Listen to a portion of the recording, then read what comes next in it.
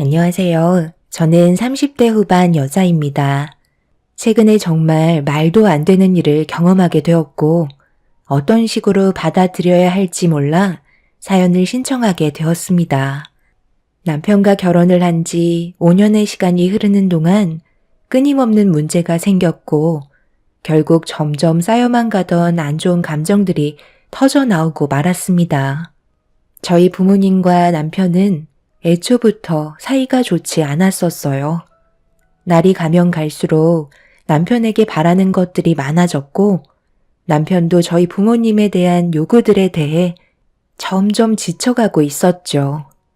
그러다 보니 친정에 가는 것도 두려웠고, 남편에게 더 이상의 피해를 주고 싶지 않았습니다. 저희 부부가 일부러 이런저런 핑계를 대면서 계속해서 피하려 하자 부모님도 나중엔 눈치를 채셨는지 일부러 저희 집에 찾아오셨어요. 내가 최근 들어 뭔가 느낌이 이상해서 계속 지켜보고 있었는데, 너희들 지금 일부러 피하는 거니? 집안 행사가 있어서 얼굴 좀 보자고만 하면 다른 이유를 대면서 오질 않고 있잖아. 어느 정도껏 해야지. 우리는 눈치가 없는 줄 알아? 뭐가 불만이길래 오지 않으려는 거야? 아무리 생각을 해봐도 이해가 안 돼서 그런다. 얼굴 안 볼 이유가 딱히 없잖니. 이유가 없다고요? 그동안 이희가 저와 결혼을 하고 얼마나 많은 스트레스를 받고 있은 줄 알아요? 엄마야말로 어느 정도껏 하셔야죠. 얼굴 볼 때마다 돈 말곤 할 말이 없으세요? 시도 때도 없이 용돈 부족하다면서 등골 빼먹은 게 한두 번이냐고요. 이러려고 저를 이 사람한테 보낸 거예요? 저희가 왜 찾아뵙지 않겠어요?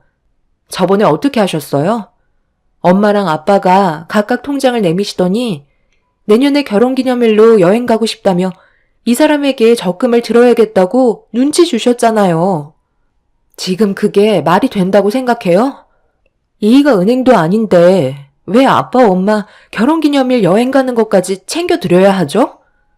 통장을 얼굴 앞에 내밀면서 아빠 통장에 200만 원, 엄마 통장에 100만 원 매달 입금하라면서 생활비는 또 따로 요구하셨잖아요. 이가 저와 결혼하고 뭐라고 한 줄 아세요? 자기는 살아가야 할 이유가 아빠 엄마 돈줄 마르지 않게 힘들게 일하려고 이 세상에 태어난 존재 같다며 평생 돈만 바치다가 떠날 것 같다고 했어요. 생활비도 적지 않게 드리고 있는데 뭐든 적당히 하셔야죠. 그때부터 너무 큰 실망을 해서 한동안 찾아뵙지 않았던 거예요. 결혼 전에는 제가 벌어오는 돈으로 생활하시더니 이젠 이 사람 돈으로 더 많은 것들을 누리실 작정이세요? 앞으로 최소한의 생활비를 제외하곤 드리지 않을 테니 그런 줄 알고 계세요. 저희도 먹고 살아야 하고 앞으로 아이 계획도 세워야 하는데 아빠 엄마 사치 부리는데 더 이상 돈을 낭비하고 싶지 않아요. 제발 제가 그이 눈치 좀 안 보게 해주세요. 네? 뭘 얼마나 받아먹었다고 그러는 거야? 내가 너를 그동안 어떻게 키워줬는데 그것만도 감사하게 생각해야지. 내 딸을 데려갔으면 이 정도는 당연히 해줄 수 있는 것들 아니냐? 다른 집안들은 사이가 알아서 신경 써준다더만.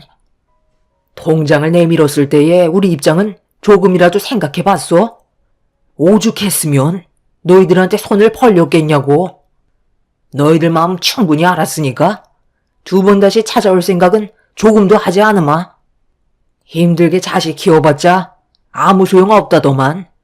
결혼하고 나서 부모에 대한 고마운 마음은 조금도 편하지 않으려는 딸도 문제지만 아무 말 하지 않고 있는 오서방한테도 너무 크게 실망을 했네.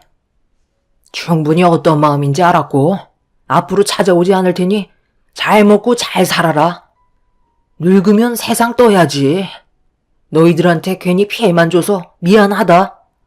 뭐하고 있어? 당신도 이제 그만 일어나. 우리는 자식들에게 짐만 될 뿐이야. 부모님은 저희 부부 앞에서 눈시울을 붉히셨고 상황이 정말 난감하게 흘러가고 있었어요. 분명 잘못은 부모님이 하셨는데 저희를 미안하게 만들게끔 상황을 조성하고 있었죠. 남편은 이미 저희 부모님께 실망을 너무 크게 해서 그런지 아무런 반응을 보이지 않고 있었습니다. 누가 봐도 연기하는 게 뻔히 보이는데 부모님은 눈물을 흘리시면서 억울하다고 하소연을 하셨어요. 그렇게 자리에서 일어나셨는데 현관문을 나서기까지 한참의 시간이 걸렸습니다. 저희가 서둘러 잡아주길 원하고 계시는 듯 보였지만 남편과 저는 단호한 모습을 보여주었네요. 결국 엄마는 저희를 보며 화를 내고 말았습니다. 눈물을 보이는 연기까지 했는데도 붙잡으려 하지 않자 본색을 드러내신 거였죠. 결국 참고 있던 남편은 그동안 쌓였던 불만들에 대해 털어놓기 시작했고 걷잡을 수 없을 만큼 순식간에 동네가 떠나갈 정도로 안 좋은 말들을 주고받게 되었네요. 이 사람과 결혼을 한 지 5년이 지나는 동안 저한테 얼마나 많은 돈을 갈취하셨는지 아세요? 그 돈 안 쓰고 모으셨으면 변두리에 있는 집 한 채는 사셨을 거예요.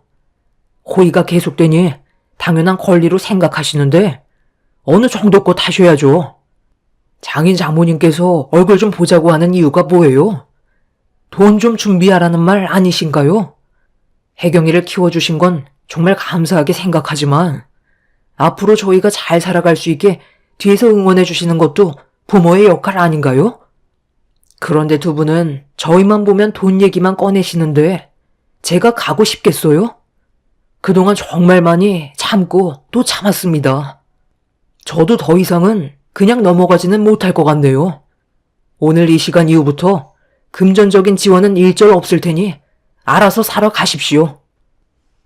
오서방, 자네 지금 우리를 굶길 작정이야? 최소한의 생활비는 보장해줘야 하지 않겠어? 우리 나이에 일자리도 못 구하고 아무것도 할 수 없는 처지인데 생활비까지 끊어내겠다고? 나도 이렇게까진 안 하려 했는데 그럼 내 딸은 다시 되돌려 받겠네. 내가 자네한테 내 딸을 넘긴 이유는 앞으로의 삶이 좀 더 풍요로워지기 위해 큰맘 먹고 넘겨준 건데 꼴랑 5년 받아먹었다고 벌써부터 이런 식으로 불만을 털어놔? 자네만 아니었어도 우리 집안은 혜경이가 벌어오는 돈으로도 충분히 생활하고 있었어. 덕분에 내가 모은 돈은 얼마 되지 않지. 엄마 아빠가 돈 좀 모을라 치면 뺏어가고 없는 이유 만들어서 다 털어갔잖아. 지금까지 네가 병치레 안 하고 자라온 것만도 감사하게 생각해. 우리가 괜히 너한테 투자한 줄 알아? 최대한 부유한 집안에 보내려고 그동안 얼마나 애썼는데 그런 마음은 하나도 몰라주고 이런 식으로 배신을 때려? 둘이 탈이 나준 게 누구 덕분이야? 내가 많은 사람들한테 시간을 쏟아붓지 않았다면 둘은 선자리조차 이루어지지 않았다고. 힘들게 만들어준 인연에 대해 감사하게 생각하지는 못하고 이제 와서 그깟 돈 몇 푼 때문에 인연을 끊겠다고? 안 되겠다. 지금 당장 사돈 분들 여기로 오시라고 전해드려라. 그냥 말 나온 김에 이혼까지 절차 밟고 여기서 인연 마무리 짓자고. 뭐해? 사돈 어른한테 전화하래도? 정말 너무하시네요. 아빠가 뭔데 이 사람이랑 이혼을 하라 마라 하세요? 선자리 봐준 건 감사하게 생각하지만 제가 이 사람을 선택하고 결정한 거라고요. 서로 마음이 맞지 않았다면 결혼까지 생각했겠어요? 아무리 부모라고 해도 부부의 연을 맺은 저희한테 함부로 할 수 있는 권한은 없는 거예요. 시부모님 불러서 양가 집안 난장판 만들려고요? 이런 걸로 저희를 겁줘서 돈을 주겠다는 말이 입 밖으로 나오게 만드시려는 거 제가 모를 줄 알아요? 저희 집에서 빨리 나가주세요. 부모님과 남편은 쉬지 않고 안 좋은 대화를 주고받았어요. 점점 격해진 감정 싸움은 결국 몸싸움으로까지 번지게 되면서 아빠는 남편의 멱살을 잡고 놓아주지 않았습니다. 그런데 예상하지 못한 돌발 상황이 눈앞에 펼쳐졌고 가족 모두가 인터폰에 비친 얼굴을 본 순간 온몸이 석고처럼 굳고 말았습니다. 현관문 밖에 시부모님께서 연락도 없이 찾아오셨어요. 너무 갑작스럽게 일어난 일이라 어쩔 줄 몰라 하고 있는데 엄마는 이참에 잘 됐다면서 현관문을 활짝 여셨고 아빠가 남편의 멱살을 잡고 있는 모습을 그대로 보여주고 말았습니다. 시모의 양손에는 마트에서 장을 봐 오셨는지 과일들과 여러 가지 야채들을 들고 계셨던 걸 떨어뜨리면서 손으로 입을 틀어 막으셨네요. 시부는 남편과 아빠를 보며 뭐 하는 짓이냐고 소리를 지르셨고 절대로 보고 싶지 않았던 광경이 눈앞에 펼쳐지고 말았습니다. 시부는 급하게 남편과 아빠의 사이를 떨어뜨려 놓았고 아주 짧게 정적이 흐르더니 시부는 저에게 어떻게 된 상황인지 설명을 부탁하셨네요. 결국 저희가 느끼고 있던 불만들을 털어놓게 되면서 시부모님은 저희 부모님과 심각하게 대화를 주고받기 시작하셨어요. 정말 대단들 하십니다. 지금 애들을 상대로 이렇게까지 하는 게 맞는 거예요? 둘이 잘 먹고 잘 살아보겠다고 발버둥 치고 있는데 도와주지는 못할 망정 빨대를 꼽으면 되겠어요? 아들, 너는 5년 동안 이런 일을 혼자 삭히고 있으면 어쩌자는 거야? 미리 얘기를 했으면 엄마 아빠가 도와줬을 거 아니니? 사부인, 저희도 제 아들 막 키운 거 아니에요. 금이야 오기야 하면서 키우는 데만 수억이 들었다고요. 이런 능력 있는 제 아들에게 시집을 보내셨으면 당신 딸의 인생길이 앞으로 걱정 없다는 거에 감사하게 생각하셔야지. 똑같이 힘들게 자식 키워왔으면서 돈을 바라시는 게 맞는 거예요? 그렇게 따지면 저희도 사돈분들께서 제 아들에게 했던 행동들처럼 해야 되겠네요. 능력 있는 제 아들 데려가셨으니 그만큼 저희도 보상을 좀 받아야 되겠는데요? 이런 말까지 안 하려 했는데 5년 동안 받아가신 금전적인 부분에 대해 저희도 딱 2배 올려 받겠습니다. 그동안 저희 몰래 제 아들에게 받아가신 돈을 제자리에 돌려놓으시던지 아니면 이혼 가겠습니다. 그리고 그에 따른 손해배상 청구와 정신적인 부분들에 대해 한국에서 손가락 꼽히는 변호사 선임해서 어떻게든 받아낼 테니 잘 생각하셨으면 좋겠네요. 두 배요? 그게 지금 말이 된다고 생각해요? 저희가 5년 동안 받은 금액이 정확히 얼마인지도 모르는데 2배라뇨? 그건 너무 억지 아닙니까? 그리고 이혼을 하겠다고요? 애들한테 상처를 주고 싶으신 건가요? 저는 그냥 서운해서 한 말이었습니다. 그래요? 저는 진심인데 어떡하죠? 왜 사돈분들은 내 아들을 통해 금전적인 이득을 취하셨으면서 저희 집안은 그렇게 하지 못하는 거죠? 다시 한번 말씀드리지만 지금까지 받으신 금액의 2배를 주시던지 아니면 법적인 소송 들어가겠습니다. 분위기를 순식간에 압도하신 시부모님께서 저희 부모님을 계속해서 압박을 가하자 당황하셨는지 금세 꼬리를 내리셨어요. 부모님이 저희 부부에게 그동안 받았던 돈들은 전부 다 소모를 한 걸로 알고 있기 때문에 받은 금액의 2배를 요구하셨을 때 부모님께서는 당황하실 수밖에 없으셨어요. 시모가 내민 조건에 대해 받아들이기 힘들면 2번 다시 자식들 앞에서 금전적인 부담을 주지 말라는 말씀을 하셨습니다. 부모님께서는 더 이상 아무 말도 하지 못하신 채 결국 돌아가셨네요. 시모는 예상하지 못했던 충격적인 광경들 때문에 정신적으로 많이 힘드셨는지 다리에 힘이 풀려 비틀거리셨고 남편이 시모를 부축해 드려 소파에 앉혀 드렸습니다. 한참 동안 조용해진 집안에서 저는 힘겹게 어질러진 물건들을 정리하고 있는데 시부모님께서 저희를 부르셨어요. 그리곤 앞으로 또다시 있을 일들에 대해 어떻게 대처를 할지 설명을 해 주셨네요. 또다시 이런 문제가 발생된다면 바로 연락을 줘야 한다. 지금 이 상황은 아들 네가 잘못한 거야. 사위 입장에서 어쩔 수 없었겠지만 사돈분들이 요구한 걸 무턱대고 계속해서 들어줬기 때문에 당연하게 생각한 거란다. 우리가 오늘 오지 않았다면 분명 더 큰 사태가 벌어졌을 수도 있겠지. 앞으로 어떻게 사돈분들을 대처해야 할지 고민이 많겠지만 그건 둘째고 무슨 일이 있건 절대로 금전적인 도움은 주지 않았으면 좋겠다. 아마 집으로 돌아가는 중에도 고민을 엄청 많이 하겠지. 어떻게 하면 너희들에게 돈을 받아낼 수 있을지 고민을 할 테고 다른 계획을 세울 게 뻔하다. 그렇기 때문에 무슨 일이 생긴다면 무조건 우리한테 먼저 연락을 주고 도움을 요청해라. 미리미리 대응을 해야 더 큰 일을 막을 수 있는 거야. 시부모님의 말씀대로 저희 부모님께서는 또다시 문제를 불러 일으킬 것 같아 보였어요. 시모는 제 손을 잡아주시면서 그간 얼마나 고생이 많았냐며 저를 위로해 주셨습니다.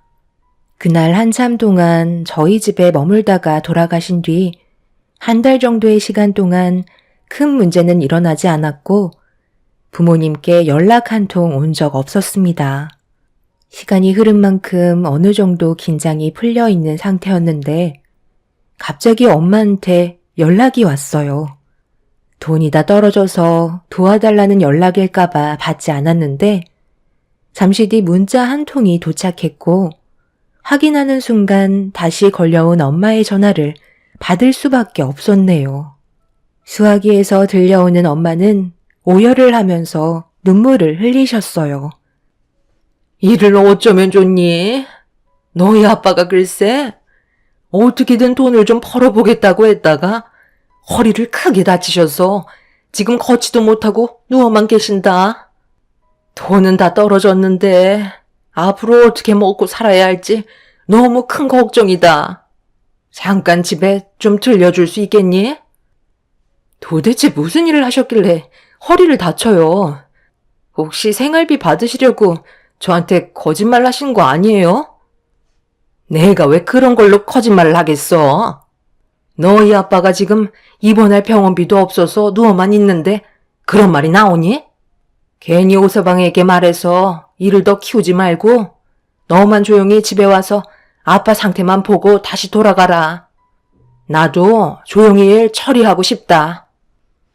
그날이 남편 월차라 서로 계획해서 쉬고 있던 날이었는데 엄마와 제가 통화하는 걸 옆에서 전부 다 듣고 있었어요. 남편은 저희 엄마의 목소리를 듣곤 크게 동요되지 않았고 별로 느낌이 좋지 않다면서 친정에 가는 걸 원치 않고 있었습니다. 저는 남편 말을 듣고 일단 움직이지 않고 있었어요. 워낙 생각을 알 수 없는 부모님이라 또다시 무슨 계획을 세우실지 몰라 일단 상황을 지켜보기로 했었습니다. 제가 친정에 가지 않고 버티고 있자 엄마는 지속적으로 연락을 취하기 시작했어요. 하지만 남편의 말대로 더 이상 아무것도 하지 않았죠. 그런데 어느 순간부터 연락이 오지 않더니 남편과 제가 저녁을 먹고 집으로 돌아왔는데 집 앞에 부모님께서 저희를 기다리고 있었습니다. 너무 놀라 잠깐 멈칫하고 있던 도중에 남편은 제 손을 잡고 저희 부모님을 무시한 채 건물 안으로 들어가려고 움직였어요. 아빠는 힘겨운 모습으로 휠체어에 몸을 싣고 계셨고 엄마는 아빠가 타고 있던 휠체어를 잡고 계셨죠. 저희 부부가 부모님을 무시한 채 들어가려 하자 엄마는 울먹이는 목소리로 도와달라고 도움을 요청하고 있었어요. 그 말을 들은 남편은 엄마 앞으로 다가가더니 입을 열었습니다. 무슨 상황인지 뻔히 눈에 보이는데 꼭 이렇게까지 하셔야 되겠어요? 거짓말도 적당히 하셔야죠. 이젠 연기까지 하시는 거예요? 오서방, 그게 무슨 말이야? 우리가 왜 이런 걸로 거짓말을 하겠어? 자네 장인 상태를 보고서도 그런 말이 나와? 허리를 크게 다치셨다는 분이 정상적으로 앉아 계신 것도 힘든데 어떻게 휠체어를 타고 여기까지 오신 거죠? 차에서 어떻게 내리셔서 휠체어에 몸을 실을 수 있으셨죠? 더군다나 장인어른 허리가 상당히 꼿꼿이 서 계신데요. 보통 허리를 다치면 앉아 있는 것도 힘들어서 계속 누워 있으려 하는데 장인어른께서는 휠체어에 앉아 계신 모습이 상당히 편안해 보이시네요. 여기에서 언제부터 기다리고 계셨는지 모르겠지만 지금 당장 병원에 가서 진찰을 받았을 때 허리에 문제가 없으시면 그땐 또 무슨 변명을 하실 건데요? 갑자기 기적처럼 허리가 멀쩡해졌다고 하시게요? 제발 그만 좀 하세요. 이런 식으로 행동하시면 혜경이가 얼마나 창피하겠어요? 더 이상 할 말 없으니까 그만 돌아가 주세요. 그래, 연기 좀 했다. 이렇게라도 해서 생활비 좀 받아 먹으려고 그런 건데 대충 눈치챘으면 그냥 넘어가면 안 되는 거였나? 나 같으면 노력이 가상해서라도 그냥 모른 척하고 생활비 지어줬겠네. 혜경아, 지금 엄마 아빠가 생활이 많이 궁핍해졌다. 한동안 자숙하는 시간을 가지고 있었잖아. 그럼 이제 그만해도 되는 거 아니니? 정말 엄마 아빠랑 인연 끊을 생각은 아니지? 차라리 인연을 끊는 게 훨씬 낫겠어요. 저는 엄마가 이런 계획을 가지고 있는 줄은 정말 상상도 하지 못했다고요. 정말 사람 질리게 하시네요. 지금까지 살면서 오늘이 제일 실망한 날이에요. 2번 다시 찾아오지 마세요. 지금까지 엄마한테 시달리며 살아온 세월들이 이제 너무 지쳤어요. 저는 돈 버는 기계가 아니라고요. 제 인생에서 사라져 주세요. 엄마는 제 말이 끝나자마자 저에게 달려드셨고 온갖 막말을 퍼부으셨어요. 남편은 난리치는 엄마를 막아섰고 저도 남편 뒤에서 몸을 숨겨 그만하시라고 소리를 지르고 있는데 휠체어에 손을 떼게 되면서 언덕에 있던 저희 집에서 아랫길로 내려가기 시작했고 아빠는 순간적으로 몸이 경직이 됐는지 휠체어에서 뛰어내리지 못하고 계셨어요. 엄마는 다급하게 부르는 아빠의 목소리에 그걸 본 엄마가 아빠를 향해 급하게 쫓아갔고 저희도 워낙 순간적으로 일어난 일이라 당황스러워하고 있는데 남편도 휠체어를 향해 뛰어가기 시작했어요. 급격하게 빨라진 휠체어를 먼저 붙잡은 엄마가 제어를 하지 못한 채 끌려가고 있는데 온 힘을 다해 그 뒤를 뛰어간 남편이 엄마의 옷깃을 잡았고 힘겹게 휠체어를 멈추려던 순간 옆에서 달려오는 트럭과 부딪히게 되면서 충격적인 일이 눈앞에 펼쳐지고 말았습니다. 부모님과 남편은 미동조차 없었고 저는 비명을 지르면서 급하게 사고가 난 현장으로 뛰어갔는데 차마 두 눈으로 볼 수 없는 모습에 그 자리에서 주저앉고 말았습니다. 잠시 뒤 구급차가 와서 부모님과 남편을 응급실로 데려갔고 곧바로 수술실로 들어가게 되었네요. 이 소식을 접하시게 된 시부모님께서 수술실로 달려오시는 도중 눈물을 흘리고 있던 저를 보시더니 그 자리에 주저앉아 버리셨어요. 부모님과 남편의 생사를 확인할 수 없는 상태에서 어떻게 된 상황인지 물어보시길래 몇 시간 전에 있었던 일들에 대해 전부 다 설명드렸고 시모는 충격적인 상황이 닥친 거에 대해 괴로워하셨습니다. 그런데 잠시 뒤 수술실에서 나온 의사의 표정은 상당히 좋지 않았고 부모님께서 두 분 다 세상을 떠나셨다는 말을 듣게 되었습니다. 남편은 다행히 머리에는 문제가 없어서 다리와 팔에 골절상을 입긴 했지만 시간이 지나면 정상적인 생활이 가능한 상태였어요. 시부모님께서는 수술을 마치고 병실로 옮겨지는 남편을 보며 오열을 하고 계셨습니다. 너무 순식간에 충격적인 일들이 한꺼번에 몰려와 저 또한 맨정신이 아니었지만 한순간에 잃게 된 부모님의 장례를 치러야만 했네요. 겨우 정신을 차린 남편의 첫마디는 저희 부모님의 생사를 물어보는 거였고, 시모가 두 분 다 세상을 떠나셨다고 하자 모든 게 자기 탓이라며 괴로워하고 있었습니다. 차라리 생활비를 그냥 지어드렸다면 이런 일은 발생되지 않았을 거라고 눈물을 보이고 있었어요. 저는 죄책감을 가지고 있는 남편의 손을 잡아주면서 어쩔 수 없는 상황들이었다며 남편에게 탓을 돌리지 않았습니다. 부모님의 어리석은 행동이 불러온 사고라고 남편을 위로해 주었어요.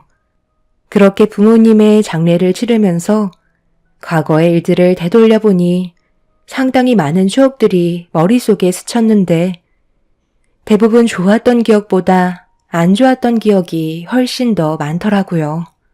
부모님의 욕심이 불러온 화였기 때문에 어쩔 수 없었지만 남편의 몸에도 문제가 생겼다는 건 너무 큰 아픔이었습니다. 그렇게 장례가 끝이 나고 부모님의 유골함을 건네받은 저는 어떻게 해야 할지 고민이 많았어요. 납골당에 두어도 찾지 않을 것 같았거든요. 남편을 저렇게 만들고 떠나신 분들을 보고 싶지가 않았습니다. 그런데 어느 한 남자가 저에게 걸어오더군요. 제가 부모님의 유골함을 들고 가만히 있으니까 어디에 안치할 건지 정해지지 않았냐며 시설도 좋고 관리 또한 신경 써서 해준다며 두 분 합해서 최고급으로 해주겠다고 얘기하길래 납골당에 안치하는데 얼마냐고 물어보자 영업사원이 3천만 원 정도를 얘기하고 있었습니다. 그런데 그 말을 옆에서 묵묵히 듣고 계셨던 시모가 갑자기 제가 들고 있던 유골함을 빼서 들더니 죽어서도 사이든 꼴 빼는 3천짜리 납골당에 뭐하러 두냐며 사정없이 바닥으로 내리쳤고 순식간에 부모님의 유골함은 산산조각이 나고 말았습니다. 시모는 세상 떠나서까지 자식들 돈줄 빨아먹게 생겼다며 기억에서 지워버리라는 말을 거침없이 하셨습니다. 너무 순식간에 일어난 일이라 깨진 유골함을 멍하니 바라보고 있는데 저에게 유골함을 뺏어 들었을 때 부모님 소지품들도 납골당에 진열을 하려고 함께 들고 있던 소지품들까지 전부 바닥으로 떨어지고 말았네요. 그런데 흥분을 감추지 못했던 시모가 굳어져 버린 얼굴로 바닥에 떨어진 사진 한 장을 쥐어든 채 갑자기 손을 떨기 시작했어요. 그러더니 저에게 천천히 걸어오면서 눈물을 흘리고 계시길래 저는 그런 모습에 당황을 하면서 뒷걸음질 치고 있는데 갑자기 저를 돌려 세우시더니 옷깃을 풀어 헤쳤고 무언가를 찾으시는 듯한 행동을 보이셨습니다.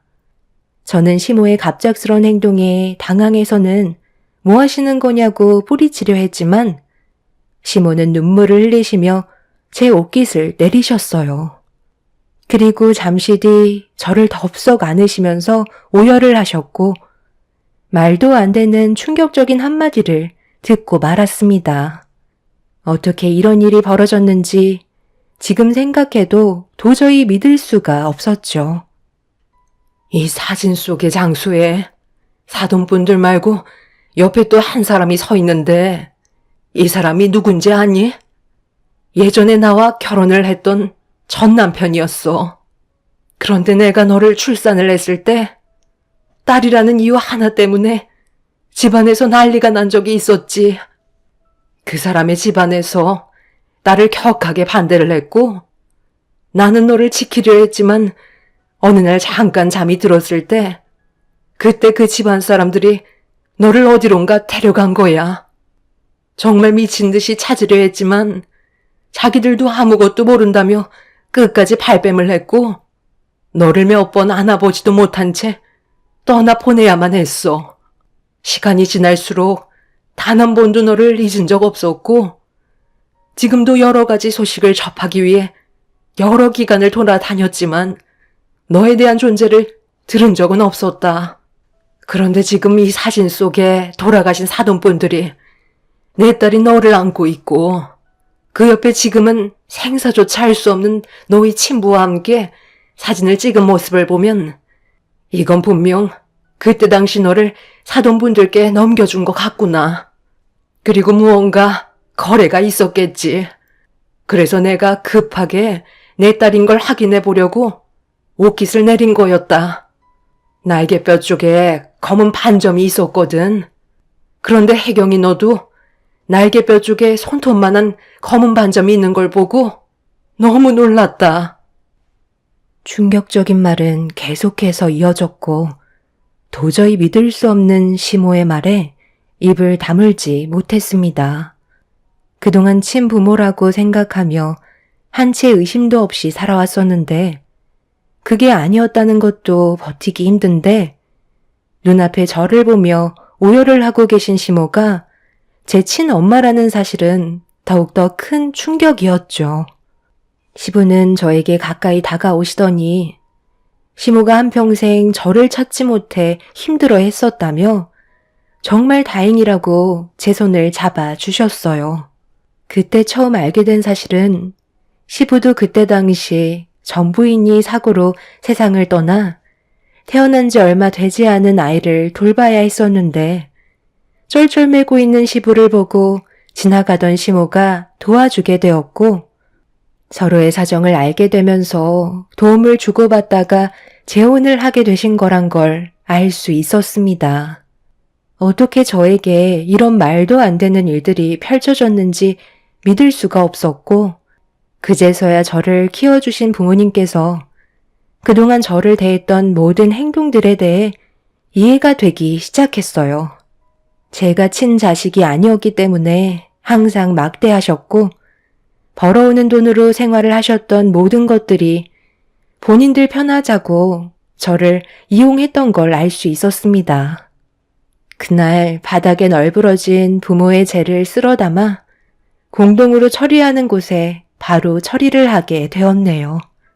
저에게 너무 큰 배신이었고 저를 키워준 돌아가신 부모는 지금까지 그런 사실을 숨겼다는 거에 정신적으로 너무 힘든 상황이었어요.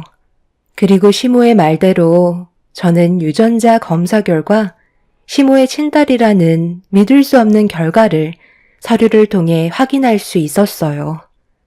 지금 현재 남편은 열심히 재활치료를 받고 있지만 아직까지 믿을 수 없는 현실들에 많이 혼란스러운 상황입니다. 한순간에 모든 걸 받아들이고 살기에는 너무 오랜 세월이 지났었고 그동안 알지 못했던 진실들이 제 눈앞에 펼쳐져서 이런 상황들을 어떻게 처리해 나가야 할지 모르겠네요. 그냥 흘러가는 대로 살면 되는 걸까요? 여러분들께서 제가 앞으로 어떻게 살아야 할지 조언을 해 주셨으면 좋겠어요. 순식간에 변화된 삶을 받아들이기가 너무 힘이 드네요. 여러분들의 가정은 언제나 평안하시고 행복이 가득하시길 바랍니다. 감사합니다.